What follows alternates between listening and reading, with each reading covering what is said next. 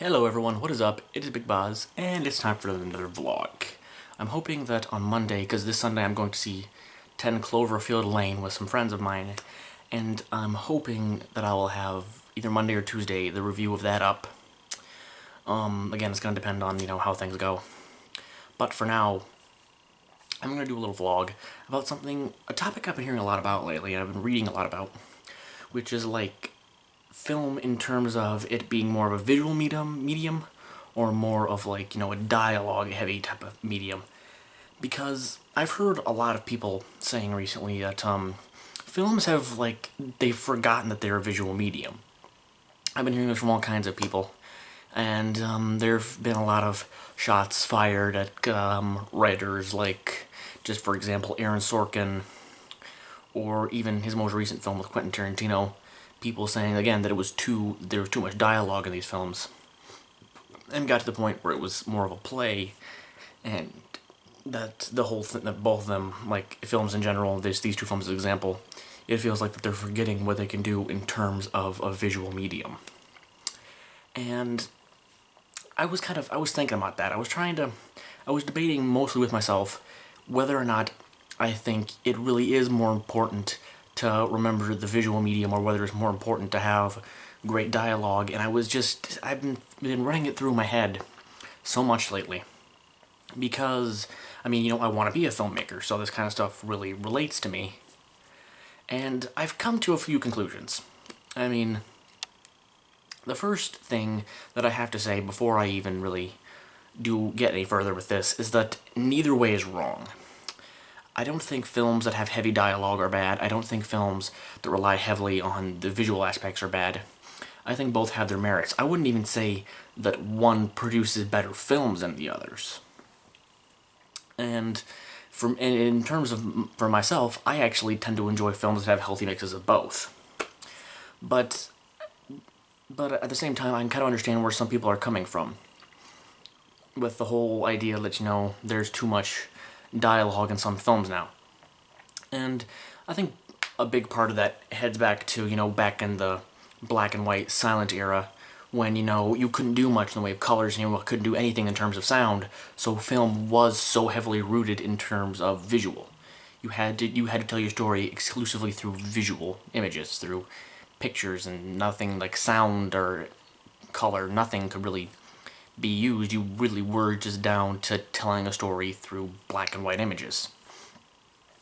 And, there was a lot of directors and writers who did very well with this. Buster Keaton and Charlie Chaplin were two examples of who did a lot with very little. And, that's impressive, to be able to tell a story in a completely visual manner, especially with someone like Buster Keaton, who had almost no dialogue cards in his entire film. He said he always believed that if you could take out any form of having to tell the audience what was happening, you should. And that was really, I can understand that. And, then as film evolved, they could add color, they could add sound, they could add all this stuff. And now you have films that can do a lot with dialogue and tons of special effects. And from the special effects and color area, yeah, that's improved a lot of the visual aspects of film. It's greatly improved it. You look at films like, let me think, Mad Max Fury Road, for an example, this year, that between the action and the visuals, it could tell a story on their own. And it didn't need as much dialogue. And, it was a fantastic film. I loved it. It was my favorite film from last year. But on the same token, another film that I absolutely adored last year was Ex Machina. And yeah, there was a lot of, in terms of visual storytelling in Ex Machina, but there was a lot of heavy dialogue and heavy themes that you had to portray them through dialogue. And, there's nothing wrong with filmmakers like Aaron Sorkin. He put out Steve Jobs, Social Network, all of this, where they have, these 200-page scripts just filled to the brim with dialogue. There's nothing wrong with that. That's an interesting conversation put onto film is a great thing. And then there are people like, well, if you want to have that much dialogue, it should be in the film, it should be a play. Let's be honest though, plays do not reach the same wide audience that films do. People just don't go and see plays like they used to. It's just a fact. They tend to be more expensive. A lot of people don't have the attention span for it. You have to go. Movie theaters are everywhere. There's only very few select theaters that most people have access to. It's a much broader appeal when you put it in the form of a film. So I can completely understand why someone wouldn't want to do it in a theater type of setting. So, I mean, for me, I don't necessarily think that the dialogue is bad, but at the same time, I do get where those people are coming from who say that films have gotten to rely too heavily on dialogue. Now, I understand that in one second. I'm sorry. My mouth is getting really dry here. Okay, that's better. I understand that. The people who feel that you should try and tell your story as visually as possible because film is a visual medium, and I get that.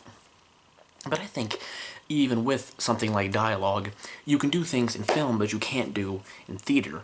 Just the way you shoot or, frame a person speaking can completely change the way dialogue is interpreted.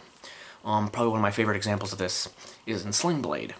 That monologue that Carl Chowders gives towards the beginning of the film, where he tells about what happened with him and his mother's lover and all that stuff. The way it's shot, with just this intense close-up on Billy Bob Thornton's face, and just the way that you have to just kind of, you end up imagining so much of it, and just the way it's framed adds so much to that dialogue that wouldn't have worked as well in a play, in my opinion. It's just, you couldn't quite have gotten the same feeling. I mean, film is like any other medium. I mean, it's just like art, it's with dialogue and with the visual aspects, there are two different tools a filmmaker has to use. And, some filmmakers use both. Some filmmakers rely heavily on one, some filmmakers rely heavily on the other. There's nothing wrong, you just get different styles to it. And I think there are plenty of directors out there who are great at balancing both. Of course, Martin Scorsese, David Fincher. I don't understand why some people say Quentin Tarantino relies too heavily on dialogue. Have you ever seen Kill Bill? Because that was an action movie through and through. But yeah, I think some people just prefer the more visual stylings of certain films, and there's nothing wrong with that. But I also think that it's not right to rag on films who are dialogue heavy, because it's just a different type of film, and you can enjoy both of them in a different way. So yeah, that's my 2 cents on the issue. I really, for me, great dialogue or great visuals, I'm happy to have either one. If I have both, great, but there's nothing wrong with just getting one of those things. As always, I'm Big Boss, and I will see you later.